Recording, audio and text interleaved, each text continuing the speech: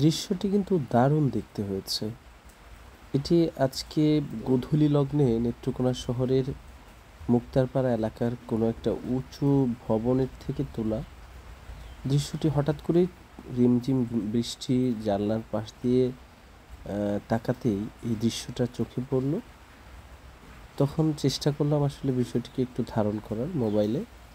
তো আসলে খুবই চমৎকার লাগছিল দেখে, এবং একটি অন্যরকম মানে ফিলিংস আসছিল বিষয়টা দেখে। আসলে একদম আপনারা দেখতেই পাচ্ছেন, আসলে খুবই চমৎকার লাগছে আমার কাছে।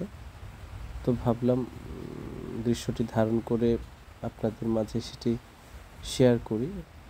এটা মানে সন্ধ্যার আজানের পর খুবই চমৎকার লাগছিল আমার কাছে, যেটা দেখে আসলে ভাবলাম যে আসলে এটা আপনাদের সাথেও শেয়ার করি।